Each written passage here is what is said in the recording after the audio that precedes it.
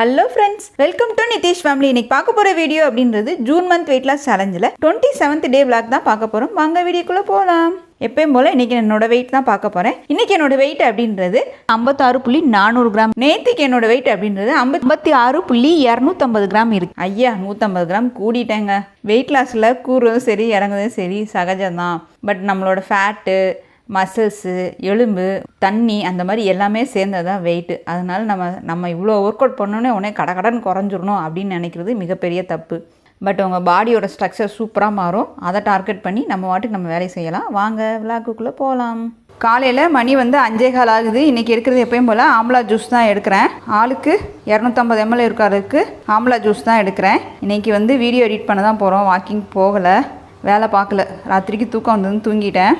So காலையில் first எடுக்கிறது amla ஜூஸோட fat கட்டட் drink தான். காலையில் மணி 7:30 ஆகுது. இன்னும் எங்கள் வீட்டில் நித்திஷ் எந்திரிக்கல. அதனால் இன்றைக்கி நான் மட்டும்தான் ஜூஸ் போட்டு குடிக்க போகிறேன். இது வெள்ளை மாதுளம்பழத்தோட ஜூஸ் தான். ஒரு பழம் எடுத்திருக்கேன். எனக்கு ஒரு ஆளுக்கு மட்டும்னா ஒரு பழம் எடுத்து 1 கிளாஸ் தண்ணி ஊற்றி அடிச்சிருக்கேன். எந்த விதமான சுகரும் கிடையாது. நாட்டு மாதுளம்பழம், வெள்ளை மாதுளம்பழம் வாங்கி யூஸ் பண்ணுங்கள். ஹீமோக்ளோபின் டக்குன்னு இன்க்ரீஸ் ஆகும். ரெண்டாவது எடுக்கிறது நான் மாதுளம்பழம் ஜூஸ் தான் எடுக்கிறேன். காலையில் மணி 8:40 ஆகுது. இன்றைக்கி எடுக்கிறது சப்பாத்தி, 2 சப்பாத்தி, அதுக்கப்புறம் ஒரு சப்பாத்தியில் முட்டை போட்டு செஞ்சுருக்கேன். 2 சப்பாத்தியும் ஒரு முட்டை எடுத்திருக்கேன். அதுக்கப்புறம் வெள்ளை காரம் மாதிரி நேற்று நிதிஷ் அவங்க அப்பா சாப்பிடாம மீது இருந்ததுனால அது குழம்பு மாதிரி வச்சுட்டேன். வெங்காயம் தக்காளி மட்டும் வதக்கிட்டு வெள்ளை காராமணி போட்டு. காலையில் டிஃபனாக எடுக்கிறது 2 சப்பாத்தி, முட்டை, அதுக்கப்புறம் வெள்ளை காராமணி குழம்பு. சேம் நிதிஷும் அதே தான் எடுக்கிறான். முட்டை சப்பாத்தி, கொஞ்சமாக குழம்பு ஊற்றியிருக்கேன். நிதிஷ் ஏன் இப்போ எக்ஸசைஸ் பண்ணுறதை காமிக்கவே மாட்டேங்கிறீங்க அப்படின்னீங்க. நிதிஷ் இப்போ எக்ஸசைஸ் பண்ணுறதில்ல. ஒரு நாளைக்கு 4 மணி நேரம் அவங்க ஃப்ரெண்ட்ஸ் கூட விளாட ஆரம்பிச்சிட்டான்.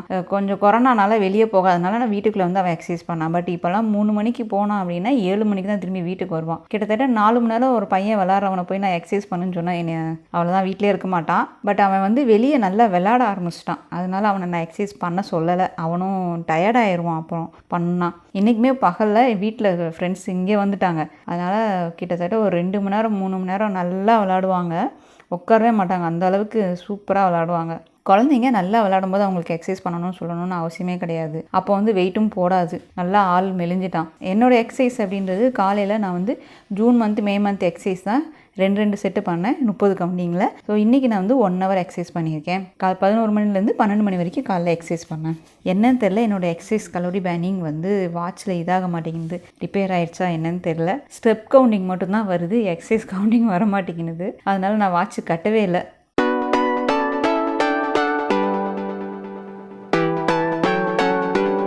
மதியான சாப்பாடு எடுக்கிற டைம் அப்படின்றது 1 மணி ஆகுது. சாதம் ஒரு 100 கிராம் எடுத்திருக்கேன். வெள்ளை காராமணி குழம்பு ஒரு 50 கிராம் கிட்ட எடுத்திருக்கேன். முட்டைக்கோஸ் மாசிப்பு ஒரு பொரியல் ஒரு 150 கிராம் எடுத்திருக்கேன். அது மாதிரி முட்டை பொரியல், ஒரு முட்டை போட்டு வெங்காயம், குடமிளகாய் போட்டு முட்டை பொரியல். இதுதான் மத்தியான சாப்பாடாக இன்றைக்கி நான் எடுக்கிறேன். சேம் அதே தான் நித்திஷும். ஸோ நித்திஷ்க்கு சாதம், ஆம்லேட். அவனுக்கு இந்த வெங்காயம் கொஞ்சம் பொடுசாக இந்த மாதிரி நறுக்கி கொடுத்தா ரொம்ப பிடிக்கும். முட்டைக்கு நடுவில் வச்சு சாப்பிடுவான். அதுக்கப்புறம் முட்டைக்கோஸ் பொரியல். இன்றைக்கி மத்தியான சாப்பாடு அப்படின்றது இதுதான் எங்கள் வீட்டில். ஈவினிங் 4 மணிக்கெலாம் உட்காந்து யோகா பண்ண ஆரம்பிச்சிட்டேன். நித்திஷ் அவங்க ஃப்ரெண்ட்ஸ் கூட விளையாட போயிட்டான். ஸோ யோகா அப்படின்ற போது சிம்பிளாக சூரிய நமஸ்காரம், சிம்பிளான ஒரு எக்ஸசைஸ் அப்படின்றது ஒரு 45 நிமிஷம் பண்ணேன். நான் 4லேருந்து 4:45 வரைக்கும் யோகா பண்ணேன். ஸோ யோகா பண்ணும்போது ஒரு சிலர் ஸ்டார்டிங்கில் எக்ஸசைஸ் யோகா பண்ணும்போது அங்கங்கே வலிக்குதுக்கான்றீங்க. யோகா பண்ணாலும் பெயின் வரதான் செய்யும். நம்ம உடலுக்கு ஒரு அழுத்தம் கொடுக்குறோம் இல்லையா, நம்ம மசில்ஸ்க்கெலாம் ஒரு அழுத்தம் கொடுக்கும்போது அது ஸ்ட்ரெச் ஆக தான் செய்யும். அப்போ பெயின் வரதான் செய்யும். ஐஸ் க்யூப் வச்சு ஒத்தனை கொடுத்துக்கோங்க. செய்ய செய்ய நாளாக ஒரே வாரத்தில் உங்களுக்கு சரியாயிடும். ஒன்றும் பிரச்சனை கிடையாது.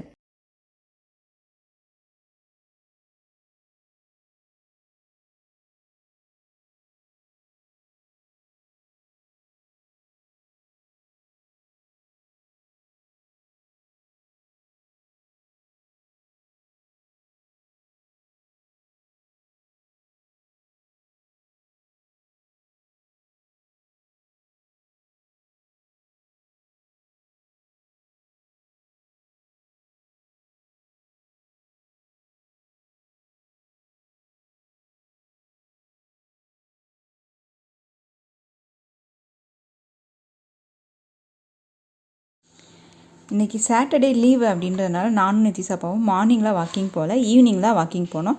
அதே மாதிரி ஈவினிங்கில் வாக்கிங் அப்படின்றது 1.5 மணி நேரம் வாக்கிங் போனோம். 10,000 ஸ்டெப்பை கம்ப்ளீட் பண்ணிட்டேன் இன்றைக்கி. ஸோ சாயந்தரம் வாக்கிங் வெளியே போகிறது அப்படின்றது ரொம்ப பிரிஸ்காக சூப்பராக இருக்குது.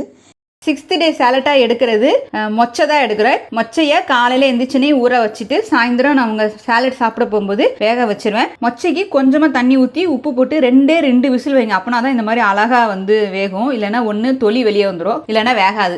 ரொம்ப விசில் விட்டிங்கன்னா ஒரு மாதிரி குழஞ்சிரும். விசில் கம்மியாக விட்டிங்கன்னா ஒரு மாதிரி பருக்க அந்த மாதிரியே இருக்கும். கரெக்டாக 2 இல்லை 3 விசில் விடுங்க, சூப்பராக வரும். வெள்ளரிக்காய் மீடியம் சைஸ் வெள்ளரிக்காய் ஒன்று எடுத்திருக்கேன். வேர்க்கல்ல இது வந்து 2 கைப்பிடி அளவுக்கு எடுத்திருக்கேன் 3 பேர்னால. வெங்காயம் வந்து ஒரு மீடியம் சைஸ் வெங்காயம், தக்காளி, குடமிளகா கொஞ்சமா எடுத்திருக்கேன், ஒரு குடமிளகா, புதினா, கொத்தமல்லி.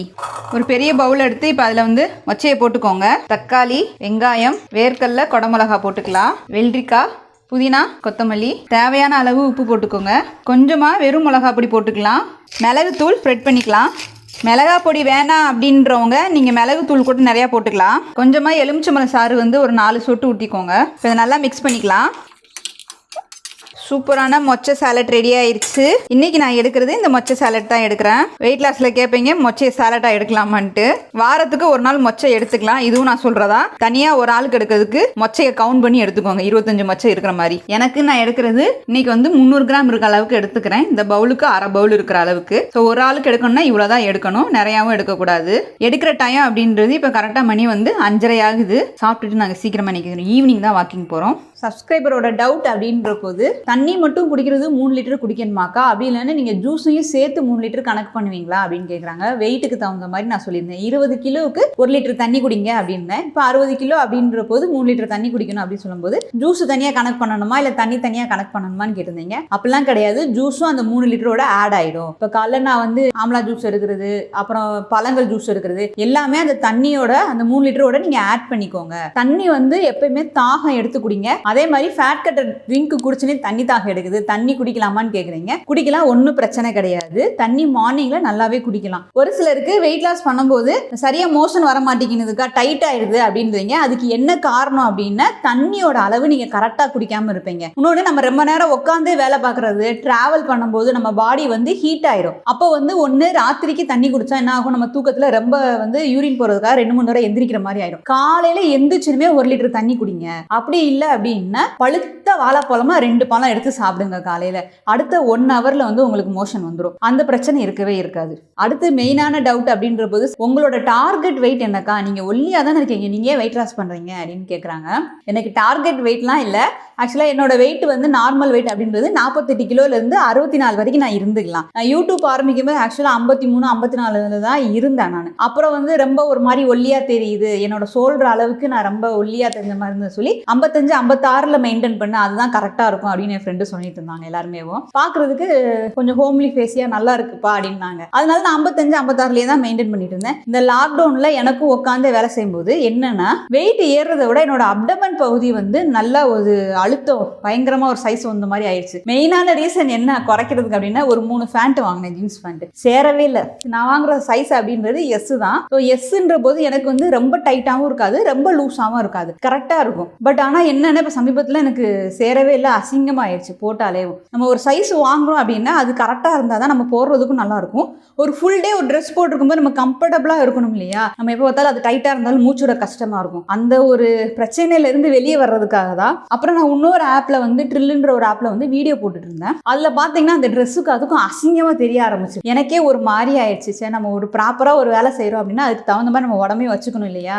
அதுக்காகவே மெயினா அப்டமனுக்குரிய எக்ஸசைஸ் ரொம்ப பண்ண ஆரம்பிச்சேன். நம்ம வந்து அப்டமன் குறைக்கணும், அந்த ஷேப் வரணும் அப்படின்னு நினைச்சீங்கன்னா வெயிட் லாஸை விட அதுக்கு நம்ம ரொம்ப கேர் எடுத்துக்கணும். கலோரி வந்து டிஃபிஷியஸ் சாப்பிடாட்டினாலும் அந்த சாப்பிட்ற ஒவ்வொரு ஃபுட்டும் நம்ம ஹெல்த்தியா எடுத்துக்கணும். அப்பனாதான் நம்ம ஃபேஸ் வந்து டல் அடிக்காது, ஃபேஸ் க்ளோவிங் வரணும். அதுக்கு ஒரு வேளையாவது பழங்கள் எடுத்துக்கணும். அதே நேரத்தில் நம்ம அப்டமன்ல வந்து 2 விதமான ஃபேட் சேரும். விசரல் ஃபேட் இருக்கும், சப்ஸ்டிடேனியஸ் ஃபேட்னு இருக்கும். அந்த 2 விதமான ஃபேட்டும் ஒன்று எக்ஸசைஸ் மூலியமா, ஒன்று ஃபுட்டு மூலியமா தான் நம்ம கரைக்க முடியும். விசரல் ஃபேட் வந்து நான் குறைச்சிட்டேன், எனக்கு சப்ஸ்டிடேனியஸ் ஃபேட் மட்டும் தான் இருக்குன்னு நீங்க நினைக்கிறவங்க என்ன ஆகும், அது அப்படியே விசரல் ஃபேட்டா கூட மாறிடும், ஆர்கனை சுத்தி சேர்ந்துடும். அதனால நம்ம வந்து ஃபுட்டும் கண்ட்ரோல் பண்ணணும், அதே நேரத்தில் வந்து நம்ம எக்ஸசைஸும் கண்டிப்பாக பண்ணி தான் ஆகணும்.